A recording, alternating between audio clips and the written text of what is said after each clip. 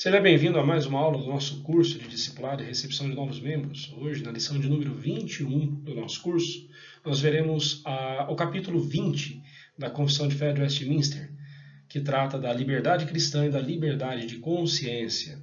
Bem, alguns assuntos que nós veremos neste capítulo: o conceito bíblico de liberdade, do que a nossa consciência está liberta e do que ela não está liberta, os cuidados que nós devemos ter com a nossa consciência e os deveres que o crente tem em relação às autoridades estabelecidas.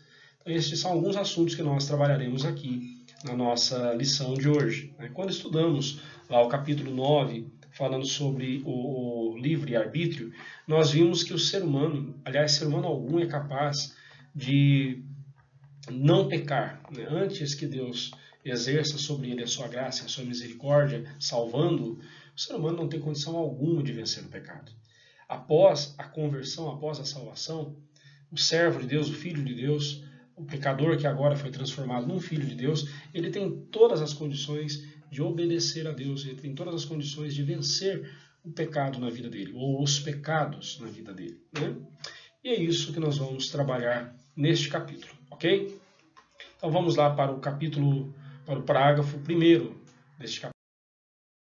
No primeiro parágrafo nós lemos: a liberdade que Cristo, sob o Evangelho, comprou para os crentes consiste em serem eles libertos da culpa do pecado, da ira condenatória de Deus, da maldição da lei moral, em serem libertos deste presente mundo ímpio, do cativeiro de Satanás, do domínio do pecado, da nocividade das aflições, do aguilhão da morte, da vitória da sepultura e da condenação eterna, como também terem livre acesso a Deus e em lhe prestarem obediência, não movidos de um medo servil, mas de amor filial e espírito voluntário.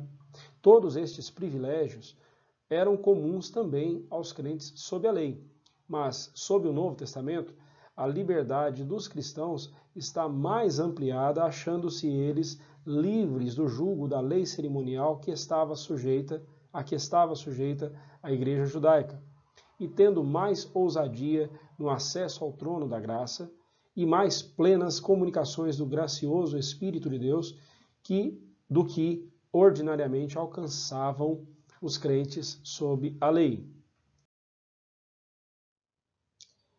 Bem, nessa frase inicial, nós vemos que a nossa liberdade foi comprada por Cristo por meio do seu sacrifício lá na cruz do Calvário. A nossa liberdade ela foi comprada por Cristo. Nós não podemos esquecer disso. Ele nos comprou para si. E essa declaração inicial foi colocada propositalmente aí pelos teólogos de Westminster, logo no início desse parágrafo, para nos mostrar duas verdades. A primeira verdade é que nós devemos lutar com todas as forças contra as tentações, porque toda vez que nós cedemos ao pecado, nós cedemos às tentações, nós estamos novamente expondo Cristo à vergonha, expondo o sacrifício de Cristo à vergonha. Então, toda vez que pecamos contra Deus, nós trazemos desonra para o santo sangue do Senhor Jesus vertido na cruz do Calvário. Outra verdade que os teólogos de Westminster quiseram deixar aqui para nós logo no início é que antes da nossa conversão, nós éramos escravos do pecado. Após a nossa conversão, passamos a ser escravos de Cristo. E essa é a verdade. Nós nunca seremos livres para fazer a nossa vontade. A nossa vontade antes da conversão era fazer a vontade do pecado, fazer aquilo que a nossa natureza pecaminosa queria. Depois da nossa conversão, a nossa vontade é fazer a vontade de Deus. A vontade de Deus. Então, a nossa vontade nunca estará em voga nessa questão, porque nós seremos sempre escravos. E não se assuste de eu dizer que nós somos escravos de Cristo.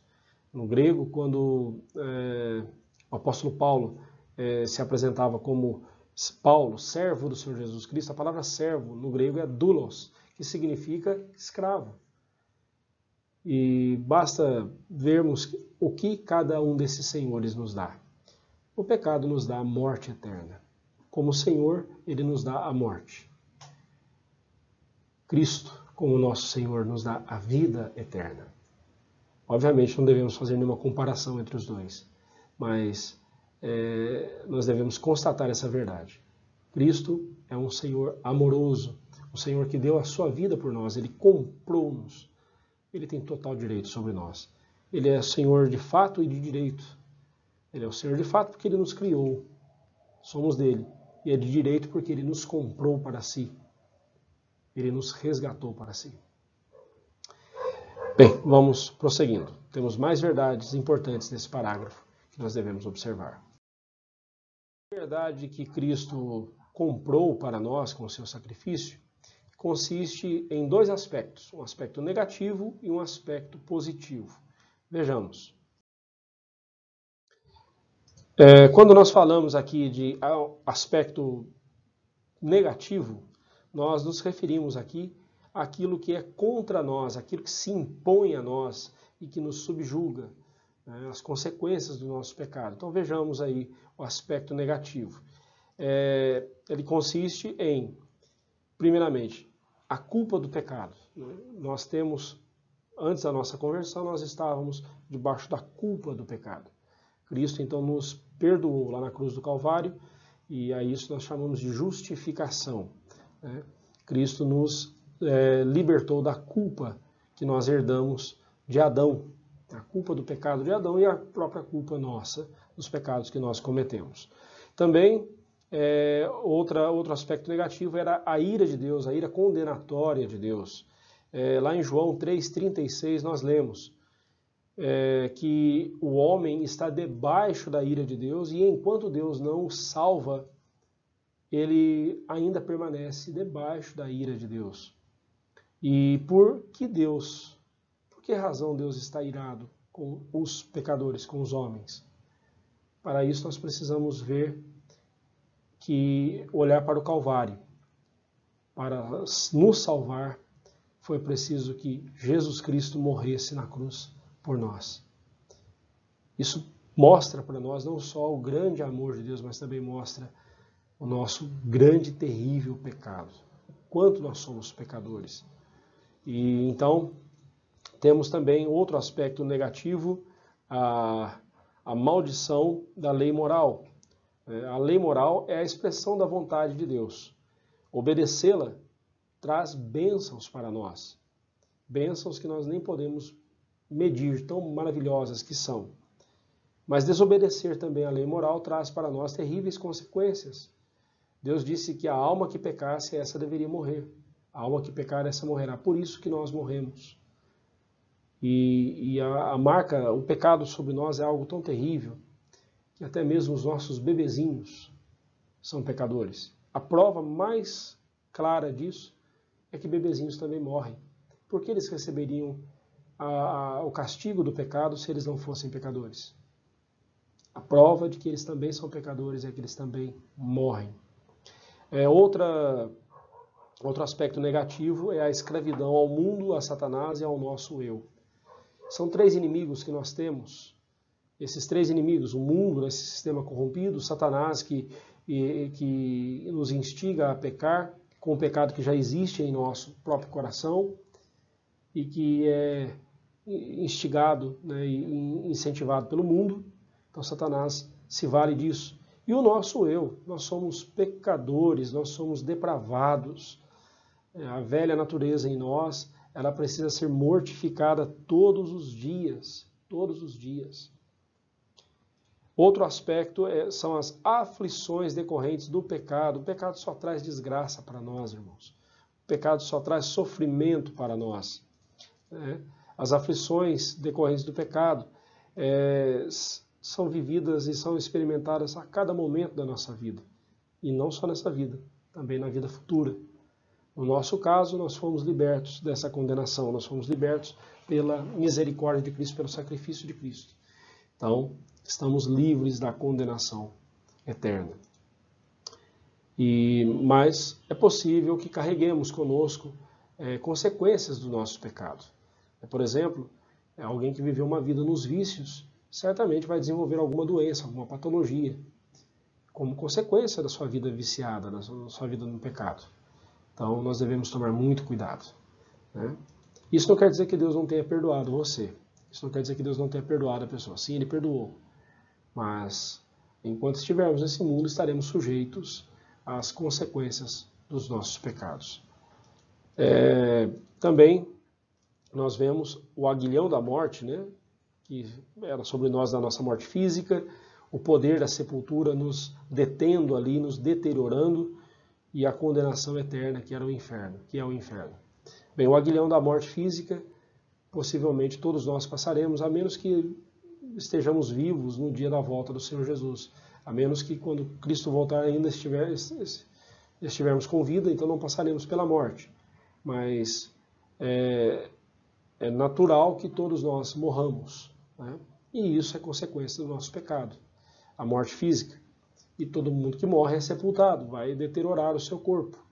Mas a promessa para o crente é a ressurreição eterna. Cristo ressuscitará o nosso corpo e nos dará um corpo glorioso, semelhante ao corpo de sua glória, conforme Filipenses 3, 21. E a condenação eterna, que já está claro, nós estamos libertos dela. Mas tudo isso é o aspecto negativo que pesava contra nós. Agora vejamos então o aspecto positivo. Se o aspecto negativo é o que pesa contra nós, então o aspecto positivo é o que nos é favorável, né? Em Cristo, agora nós temos livre acesso à presença de Deus. Os crentes da antiga aliança não podiam se aproximar do Santo dos Santos ali no tabernáculo, pois certamente seriam fulminados pela glória de Deus.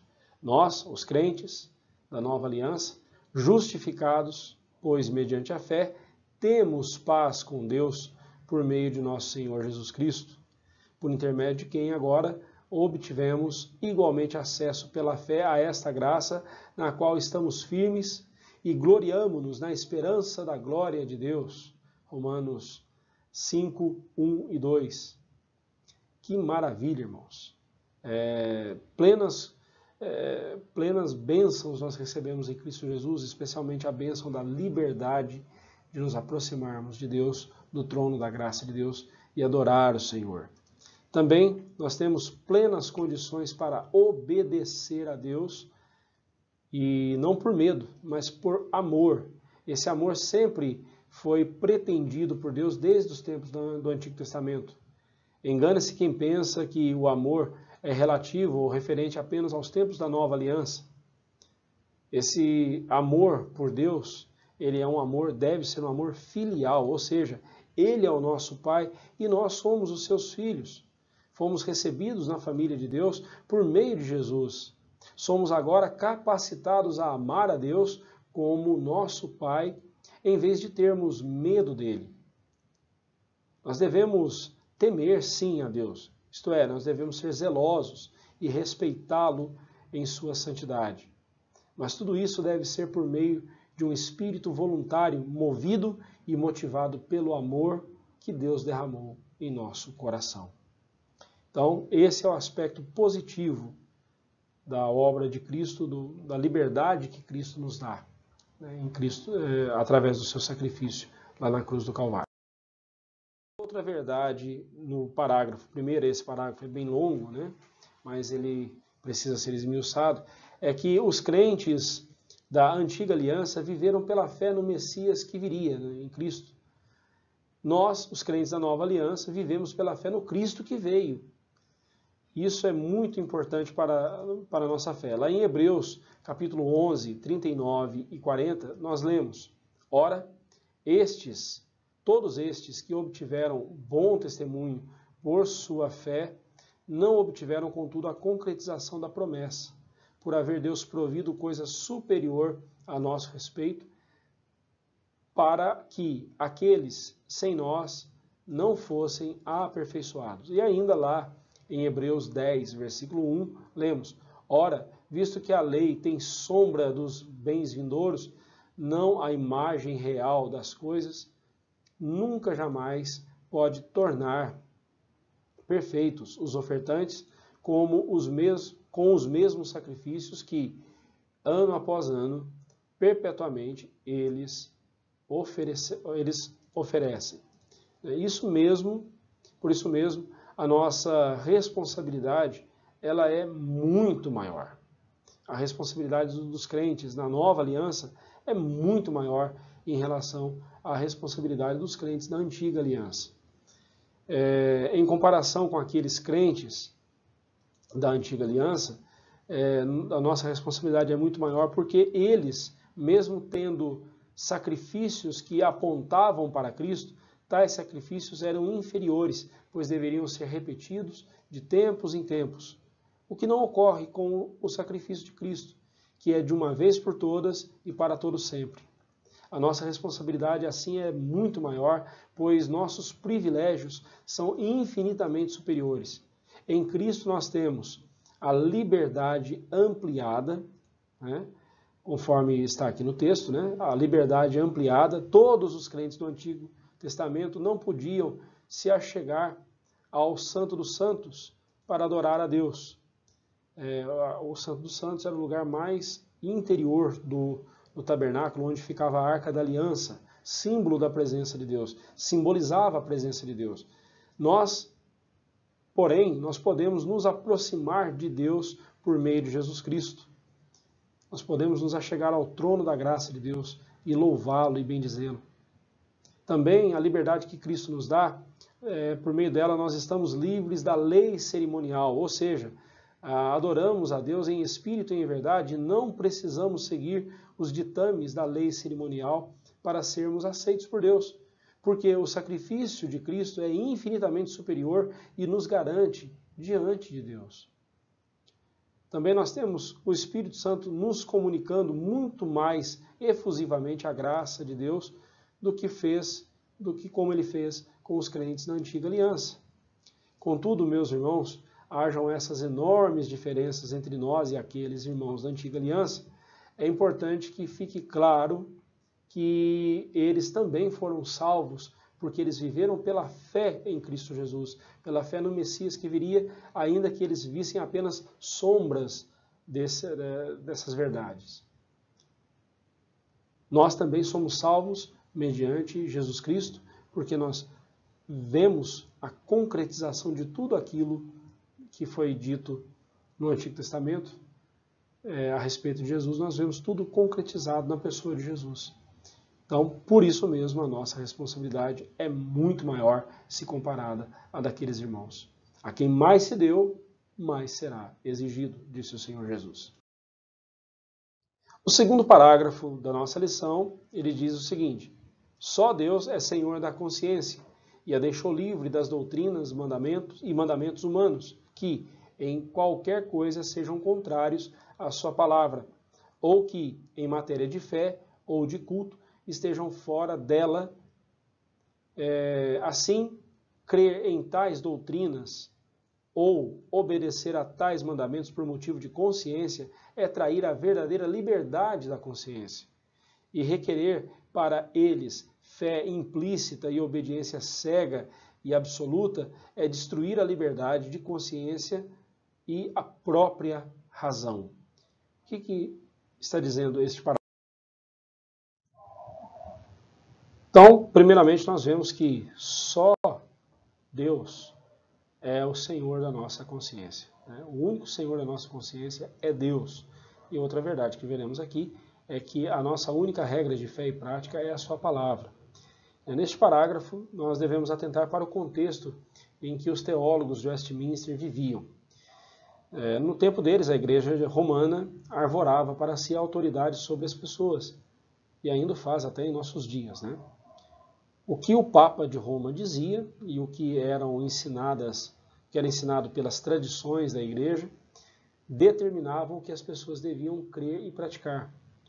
Quando se apelava para as Escrituras, logo o magistério de Roma se levantava e dizia que ninguém além do clero estava apto para entender e interpretar as Escrituras e que estas não eram acessíveis a todos, não deveria estar ao alcance de todos, justamente porque só o clero poderia interpretá-la, né? A Reforma Protestante demoliu tudo isso. As Escrituras são acessíveis, passaram a ser acessíveis a todos quantos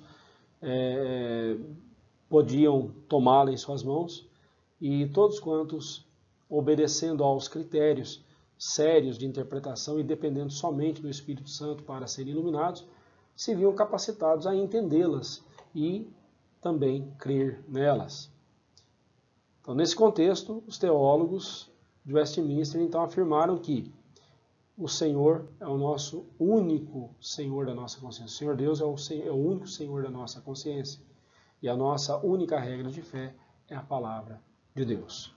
Nós não devemos nos deixar subjugar por nenhuma outra norma além da palavra de Deus.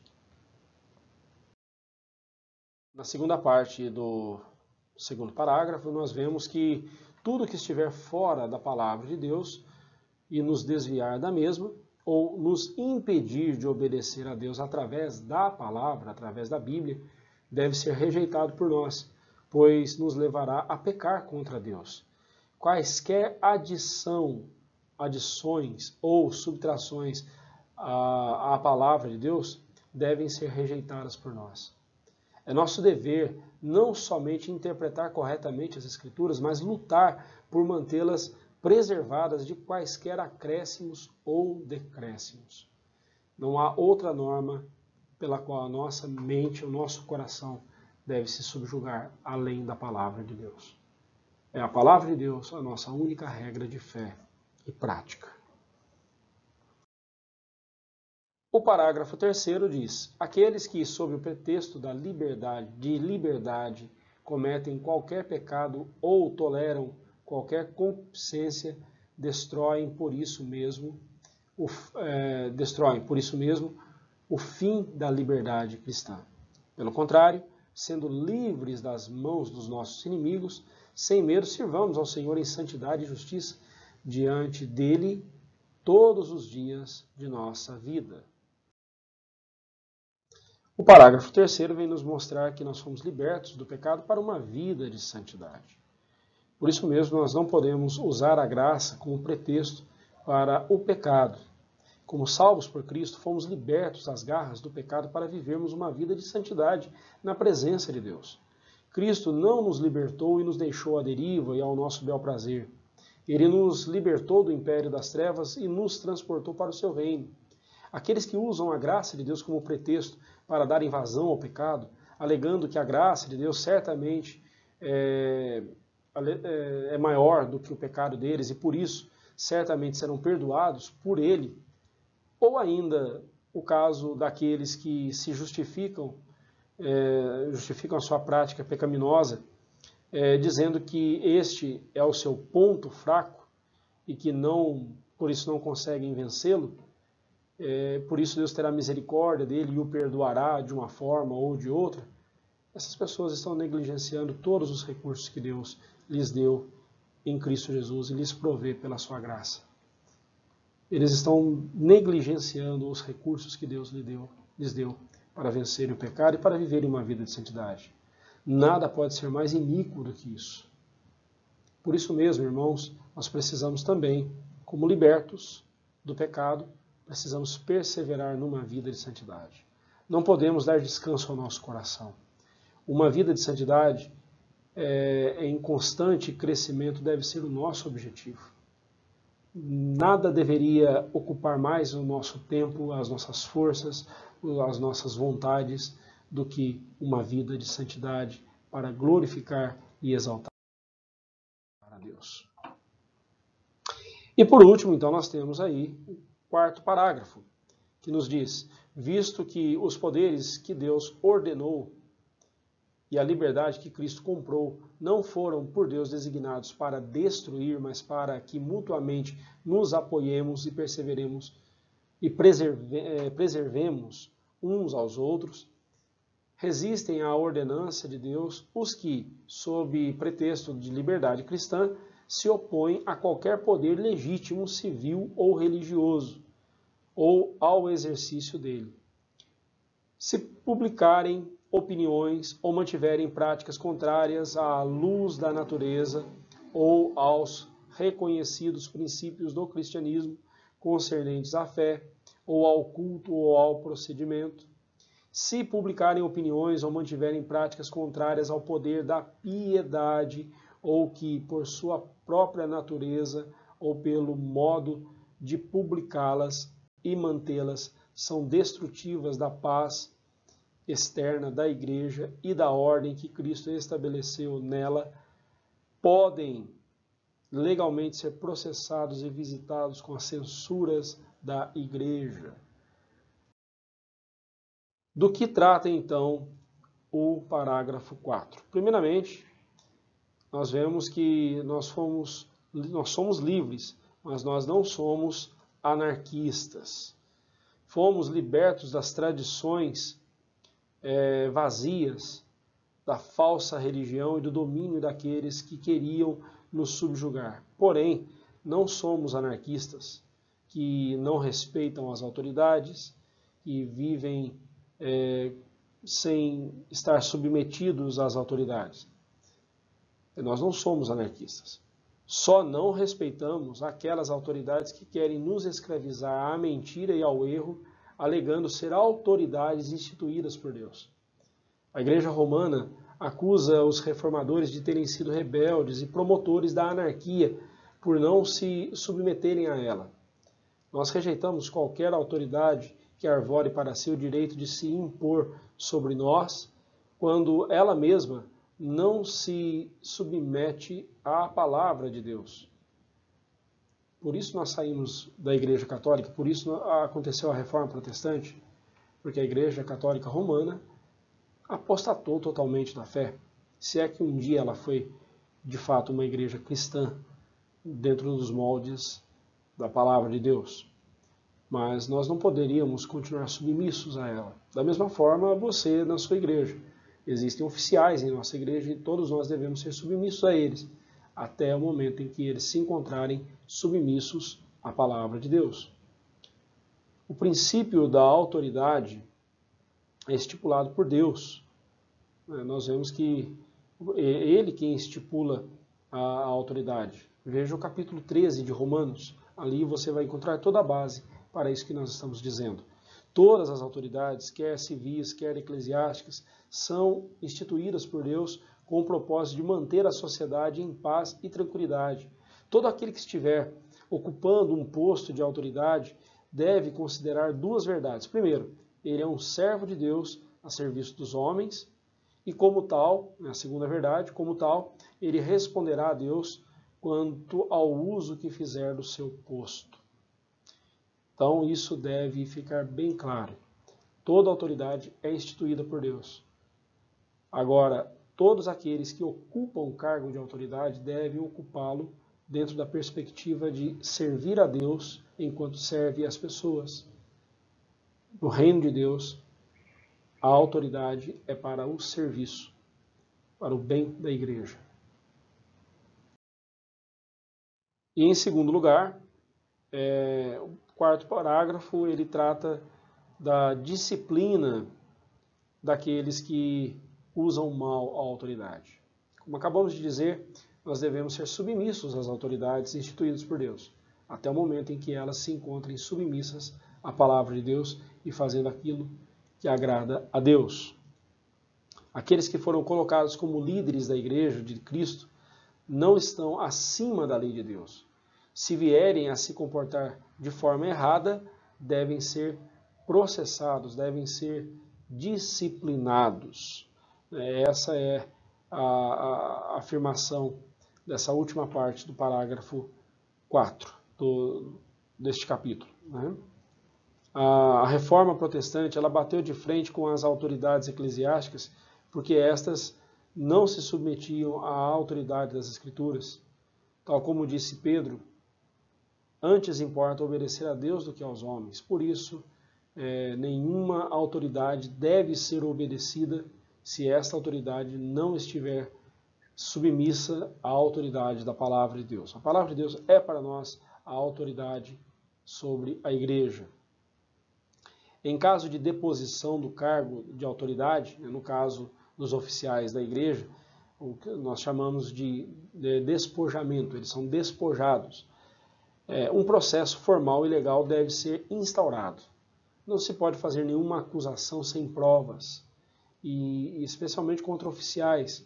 Você tem que ter provas do que você está dizendo e provar as suas acusações, mas sendo provadas esse oficial deve ser disciplinado, né? Deve passar por um processo de disciplina e ele então deve ser disciplinado, né, no seu erro, para servir de exemplo para a igreja, mas também a fim de restaurar esse irmão, né, a sensatez, restaurá-lo à verdade e à comunhão também, né?